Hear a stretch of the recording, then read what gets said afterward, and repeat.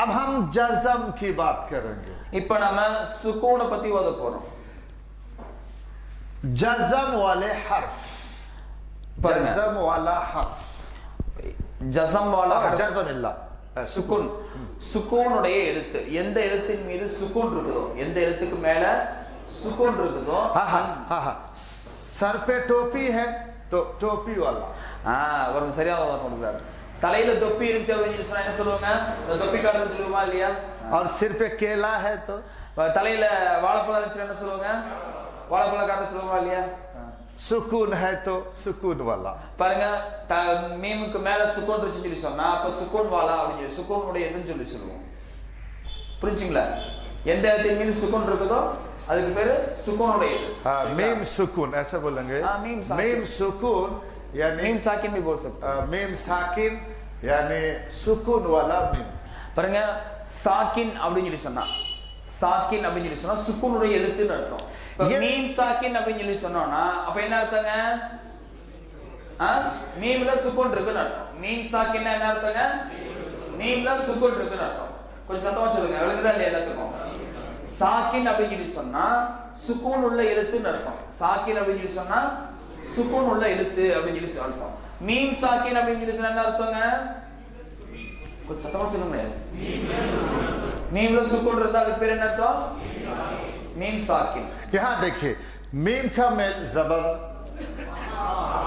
माइला और जबर. பாருங்க, இப்ப மீமுக்கு மேல ஜபர் இருக்கு. ये जबर कौन है? இந்த ஜபர்ங்கிறது எதுவா இருக்கு? ये अब्बा है. இது அப்பா. अप्पा. அப்பா தமிழ்ல அப்பா बोलते. और जेर का किल, मीम का किल जेर, ये चाचा. பாருங்க, மீமுக்கு கீழ ஜேர் இருக்கு, இது வந்து சின்னத்தா. और पेश का मेल पेश मामू है. பாருங்க, பேஷ்க்கு மேல அதாவது மீமுக்கு மேல பேஷ் இருக்குது. பேஷ் சொன்னா ये जबर जेर पेश, ये अब्बा है, ये चाचा है और ये मामू है. பாருங்க, இந்த ஜபர் ஜேர் பேஷ் இருக்குல்லங்க, இந்த ஜபர் ஜேர் பேஷ்ங்கிறது இது அத்தா, இது சின்ன அத்தா, இது மாமா. इन सब का एज क्या है? 40 साल. இவங்க எல்லாத்தோட வயசு என்னங்க? 40 வயசா இருக்குது. और ये ऊपर ये कौन है? இப்ப இந்த மீமுக்கு மேல இங்க இது யாரு? ये बाप का बेटा है. இது பாருங்க, இது அத்தாவுடைய மகனா இருக்காரு. और ये चाचा का भतीजा है. பாருங்க, இது சின்னத்தாவுடைய அண்ணன் மகனா இருக்காரு. ये मामू का भांजा है. பாருங்க, இது மாமாவுடைய அக்கா மகனா இருக்காரு. ये 4 साल का है. இவன் 4 வயசு தான் அவனுக்கு. समझ गए? புரிஞ்சுங்களா இல்லையா? अब ये अब्बा और ये चाचा और ये मामू बेंगलोर जा सकता? பாருங்க, இந்த அத்தா, இந்த சின்ன அத்தா, இந்த மாமா இவங்க தனியா பெங்களூர் போக முடியுமா? முடியாதா? नहीं बोलता है, नहीं बोल रहे. नहीं जा सकता, बेंगलोर नहीं जा सकता बोलता. कौन बोल रहे? साथ में बीवी को लेने का. 40 साल का अब्बा 40 வயசு அத்தா அல்லது சின்ன அத்தா மாமா தனியா பெங்களூர் போக முடியாதுங்களா? யாரும் இல்லைன்னா இல்லைன்னா जा सकता? जा सकता? 4 साल का बच्चा, 4 साल का भतीजा, 4 साल का भांजा, ये जबर जेर पेश है, अब्बा है, चाचा है, मामू है. और ये जो जज़म है ना, ये बेटा है, 4 साल का भतीजा और भांजा है. பாருங்க, இந்த ஜபர் ஜேர் பேஷ் இதெல்லாம் மாமா சின்னத்தா அத்தாவா இருக்குது. இது சுக்குன் இருக்கு பாத்தீங்களா, இது 4 வயசு சின்ன பையன். 4 வயசு சின்ன பையன். अब्बा चाचा मामू खुद ब खुद बेंगलोर जा सकता. பாருங்க, அத்தா சின்னத்தா மாமாலாம் செய்வாங்க, தானாவே செய்ய முடியும், பெங்களூர் போக முடியும். लेकिन ये बेटा और भांजा और भतीजा बेंगलोर. பாத்தீங்களா, இந்த அக்கா மகன் அண்ணன் மகன் 4 வயசு சின்ன பையன் அவங்க என்ன செய்ய முடியாதுங்க, தனியா பெங்களூர் போக முடியாது. आज का सबक वो है कि जबर जेर पेश को हम पढ़ सकते. பாருங்க, இன்னைக்கு பாடமே என்ன அப்படின்னு சொல்லி சொன்னா ஜபர் ஜேர் பேஷ் நம்ம தனியா நம்மளால ஓத முடியும். एक दूसरे की जरूरत नहीं है. அது இன்னொரு மத்தோட சேர்க்கணும்னு அவசியம் இல்ல. वो खुद ब खुद पढ़ सकते. அது தனித்தே நம்ம படிக்கப்படும். मीम जबर मा, मीम जर में, मीम पेश मु. मीम जबर मा, मीम जर मी, मीम पेश मु. लेकिन ये जज़म बच्चा है, इसको हम पढ़ नहीं सकते. பாருங்க, இந்த சுக்கூன் இருக்கு பாத்தீங்களா, சுக்கூன்ங்கிறது குழந்தையா இருக்கு, இது தனியா நம்ம படிக்க முடியாது. अब ये बेटा बेंगलोर किसके साथ जाएगा? अब्बा के साथ. பாருங்க, இந்த பையன் யார் கூட பெங்களூர் போக முடியுங்க? அத்தா கூட போக முடியும். अब्बा के साथ. அத்தா கூட போக முடியும். ये किसके साथ जाएगा? चाचा के साथ। பாருங்க அண்ணன் மகன் யாரோட போக முடியுங்க? சின்னத்தாவோட போக முடியும். किसके साथ जाएगा? मामू के साथ। பாருங்க அக்கா மகன் யாரோட போக முடியுங்க? மாமாவோட போக முடியும். आप समझ गए? இப்ப விளங்குச்சுங்களா இல்லீங்களா? जज़म है गलत, सुकून है तो सुकून वाले हरफ खुद ब खुद नहीं, पिछले हरकत के साथ मिलाकर पढ़ेंगे। பாருங்க சுக்கூனா சொல்லி சொன்னா அது தனியா ஓத மாட்டாங்க, அதோட முன்னுள்ள எழுத்தோட என்ன செய்வுங்க? சேர்த்து தான் ஓதுவோம். முன்னுள்ள எழுத்தோட சேர்த்து தான் ஓதுவோம். अब एक मिसाल दूं, இப்போ ஒரு உதாரணம் உங்களுக்கு. मीम जबर म, ये मीम है, இது ये மீமா मा இருக்கா? है, ये दोनों को जरा पढ़िए। मा मा एक साथ पढ़ सकते हैं? எங்க एक साथ படிங்க, அதை உடிச்சு படிங்க. இது என்னது? மா. இது முன்னாடி சேர்த்து படிக்க முடியுதா? மாமா. एक साथ தனியா தான் படிக்க முடியுது. एक साथ हुआ? ஒண்ணா இல்ல மா தனியா படிக்கிறீங்க, மா தனியா படிக்கிறீங்க. एक साथ हुआ? नहीं हुआ. नहीं होगा। अब हुआ मम. இப்போ ஒண்ணா ஆயிடுச்சுங்களா? சத்தமோ ரெண்டு சத்தம் ஒண்ணா ஆயிடுச்சா? மம். मम वही सुकून है। இப்ப இந்த இம் அப்படிங்கிற ஒரு சவுண்ட் வருது பாத்தீங்களா? அதுதான் இந்த சுக்கூன் ஆகுது. ये सुकून मिलाने के लिए है। இப்ப இந்த சுக்கூன் அப்படிங்கிறது சேர்க்கறதுக்காக உள்ளது. ये क्या है? मामा। अब ये क्या है? अब ये जज़म का तरीका। जज़म सुकून है तो पिछले हरकत से मिलाकर पढ़ेंगे। பாருங்க சுக்கூன் ஆச்சுன்னு சொல்லி சொன்னா முன்னாடி இருக்க எழுத்தோட என்ன செய்யணுங்க? சேர்த்து தான் நம்மளால படிக்க முடியும். जज़म है तो पिछले हरकत से मिलाकर पढ़ेंगे। பாருங்க சுக்கூன் ஆச்சு அப்படின்னு சொல்லி சொன்னா என்ன செய்ய முடியுங்க? முன்னுள்ள எழுத்தோட சேர்த்து தான் நம்ம அதை ஓத முடியும். जज़म है तो पिछले हरकत से मिलाकर पढ़ेंगे। बोलो। பாருங்க சுக்கூன் இருந்துச்சு அப்படின்னு சொல்லி சொன்னா முன்னாடி உள்ள ஹரக்கத்தோட சேர்த்து தான் நம்ம படிக்கணும். जज़म है तो पिछले हरकत से சேர்த்து पढ़ो। பாருங்க சுக்கூன் இருந்துச்சு அப்படின்னு சொல்லி சொன்னா முன்னாடி ஹரக்கத்தோட சேர்த்து ஓதணும். कितने बार? एक बार। எத்தனை முறை? ஒரு முறை. और तशदीद है तो दो बार। ஒரு முறை சேர்க்கிறோம். மா இம் மம் ஒரு தடவை தான் சேர்க்கிறோம். அதான் இங்க சொல்றாங்க ஒரு தடவை சேர்க்கணும். ஷத் இருந்துச்சுன்னு சொல்லி சொன்னா ரெண்டு முறை சேர்க்கணும். ஷத் இருந்துச்சுன்னு சொல்லி சொன்னா பின்னாடி எழுத்தோட ரெண்டு முறை அந்த எழுத்தை உச்சரிக்கணும். பாருங்க எப்படி உச்சரிக்கணும்னு சொல்லுவோம். अगर जज़म है तो पिछले हरकत से मिलाकर पढ़ेंगे एक बार, तशदीद है तो मिला के पढ़ेंगे दो। பாருங்க சுக்கூன் இருந்துச்சு அப்படின்னு சொல்லி சொன்னா முன்னாடி இருக்க ஹரக்கத்தோட ஒரு முறை சேர்த்து படிப்போம். ஷத் இருந்துச்சு அப்படின்னு சொல்லி சொன்னா முன்னாடி இல்ல ஹரக்கத்தோட ரெண்டு முறை ரெட்டிப்பான முறையில என்ன செய்வாங்க? சேர்த்து ஓதப்படும். एक बॉक्स है, இது ஒரு பாக்ஸ். उस बॉक्स में क्या है नहीं मालूम, இந்த பாக்ஸ்க்குள்ள என்ன இருக்குது அப்படிங்கிறது தெரியாது. लेकिन कितने हैं तो उसके लिए हम क्या करते? एक निशान देते। பாருங்க எத்தனை இருக்கு அப்படின்னு சொல்லி தெரியறதுக்காக அந்த பாக்ஸ்க்கு வெளியில ஒரு அடையாளம் போடுறோம். निशान देते। इसमें कितने हैं? இதுல எத்தனை இருக்குங்க? इसमें दो है। இதுல எத்தனை இருக்குங்க? ये हम निशान देते, लेकिन अरबी में निशान ऐसा है, ऐसा है तो यहाँ मीम एक है। பாருங்க இப்ப இது வந்து நாம கொடுக்கக்கூடிய அடையாளம். இப்ப அரபியில எப்படி அடையாளம் கொடுப்பாங்கன்னா இந்த மாதிரி அடையாளம் கொடுப்பாங்க. கவனிங்க, இந்த அடையாளம் இருந்துச்சு அப்படின்னு சொல்லி சொன்னா அப்ப இந்த இடத்துல மீம் ஒண்ணுதான் இருக்குன்னு அர்த்தம். இந்த இடத்துல மீம் ஒண்ணுதான் இருக்குன்னு அர்த்தம். और ये निशानी है तो फिर दो है। இப்ப இந்த அடையாளம் இருந்துச்சு அப்படின்னு சொல்லி சொன்னா இப்ப இந்த மீம்குள்ள எத்தனை மீம் இருக்குதுங்க?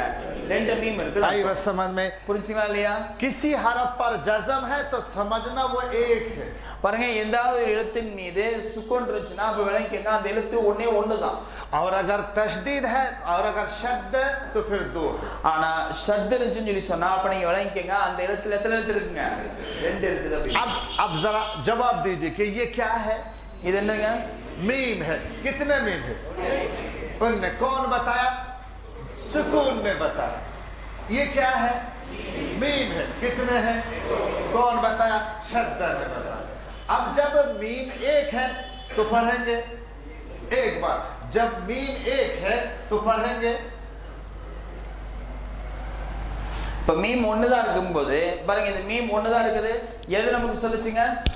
இந்த சுக்கூன் நமக்கு சொல்லுச்சு. கொஞ்ச நாள் கவனிங்க, இதுக்கு ரொம்ப கொஞ்சம் இதாகிற மாதிரி தெரியுது. பாருங்க இந்த மீமுக்கு ஒரு மீம்ல ஒரு மீம் தான் இருக்குது. அது எது எப்படி நமக்கு தெரிஞ்சது? மேல சுக்கூன் வச்சு நமக்கு தெரிஞ்சு. அப்போ ஒரு மீம் தான் அப்படின்னு இருக்கும்போது நம்ம ஒரு முறை தான் அதை படிப்போம். பாருங்க அம்மா இம் மம் அப்படின்னா செய்வாங்க. மீம இந்த ரெண்டாவது மீம் என்ன செய்யுங்க, ஒரு முறை தான் உச்சரிக்கப்படுது இல்லையா? மம் மம். இந்த முதல் மீம இது, இந்த ரெண்டாவது மீம இது, மம். இப்போ இந்த ரெண்டாவது மீம் எத்தனை தான் உச்சரிக்கணும்?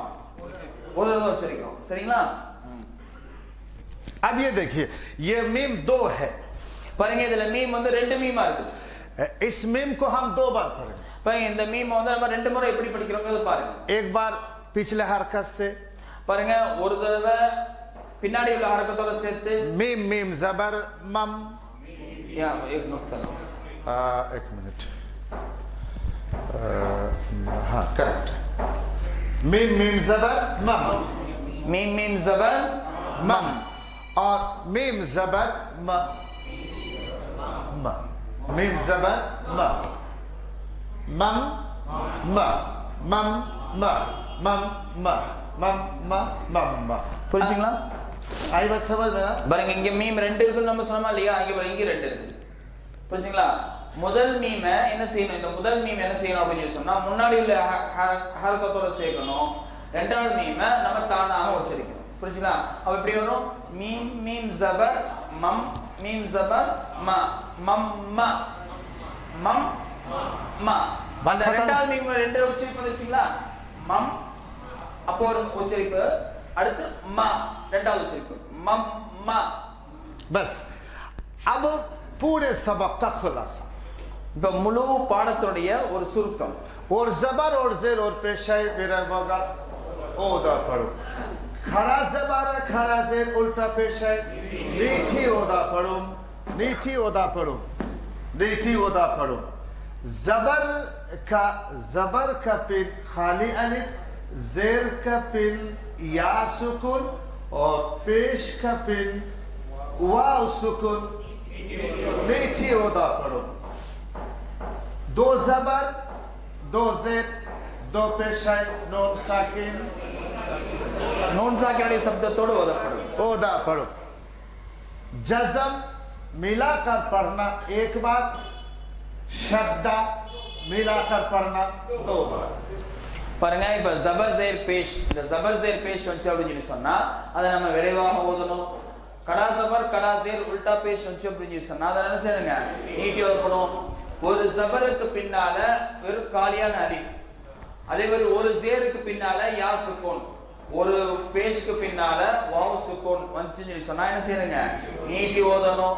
அதே மாதிரி பாத்தீங்க அப்படின்னு சொல்லி சொன்னா 2 ஜபர் 2 ஜேர் 2 பேஷ் எந்த சப்தத்தோட ஓதணும்? நூன் சாக்கினுடைய சப்தத்தோட ஓதணும். சுக்கூன் வந்துச்சுன்னு சொல்லி சொன்னா, சுக்கூன் வந்துச்சு அப்படின்னு சொல்லி சொன்னா முன்னாடி உள்ள ஹரக்கத்தோட ஒரு தடவை சேர்த்து ஓதணும். ஷத்து வந்துச்சு அப்படின்னு சொல்லி சொன்னா, ஷத்து வந்துச்சு அப்படின்னு சொல்லி சொன்னா முன்னாடி உள்ள ஹரக்கத்தோட 2 முறை சேர்த்து ஓதணும். वैसे புரிஞ்சுங்களா? ये मुकम्मल कायदा खत्म. பாருங்க, இது முழுமையான சட்டங்கள் முடிஞ்சு, முழு சட்டங்கள். हम शादी में खाना खूब खाते हैं. நாங்க கல்யாணத்துக்கு போனா நல்லா சாப்பிடணும். यहाँ तक ஃபுல்லா இது வரைக்கும். फिर हजम नहीं होता, பிறகு என்ன செய்யறதுங்க? फिर हम हाजिमा की गोली खाते हैं. என்னங்க, வீட்டுக்கு வந்து என்ன செய்யுங்க, அதுக்காக ஜீரணமாகிறதுக்காக என்ன செய்யுங்க, ஏதாச்சும் சாப்பிடுறோம். ஜீரணமாக மாத்திரை ஏதாச்சும் சாப்பிடுறோம். हजम फिर क्या खाते? हाजिमा की गोली खाते ना. ये आपके लिए थोड़ा कस्टम होगा, कल से गोली खिलाएंगे. பாருங்க, இது வந்து ஃபுல்லா இப்போ உங்களுக்கு ஊட்டியாச்சு, இது ஜீரணமாகாது. நாளைக்கு என்ன செய்வாங்க, ஜீரணமாகறதுக்காக நம்ம மருந்து நாளைக்கு கொடுக்கணும் इंशाल्लाह. अब 5 दिन हाजिमा की गोली देंगे ना तो सब इजी हो जाएगा. பாருங்க, இந்த 5 நாள் இதுக்கு இது ஜீரணமாகறதுக்கு நம்ம மருந்து கொடுத்தோம் அப்படின்னு சொல்லி சொன்னா உங்க எல்லாமே நல்லா ஜீரணமாயிடும். बस आपके किताब में देखिए सफा नंबर 18 है. सफा नंबर 18 बोलो. பேஜ் நம்பர் 18 எடுங்க. 18 18 18 18.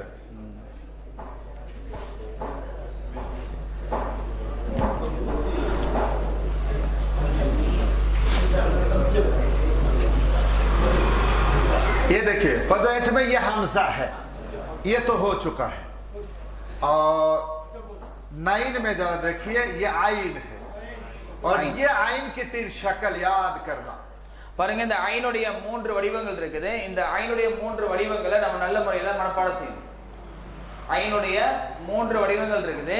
அந்த ஐனுடைய மூன்று வடிவங்களை நல்ல முறையில பார்த்து என்ன செய்யுங்க, மனப்பாடம் செஞ்சுங்க. ये आइन की 3 शक्ल है. இது ஐனுடைய மூன்று வடிவங்கள்.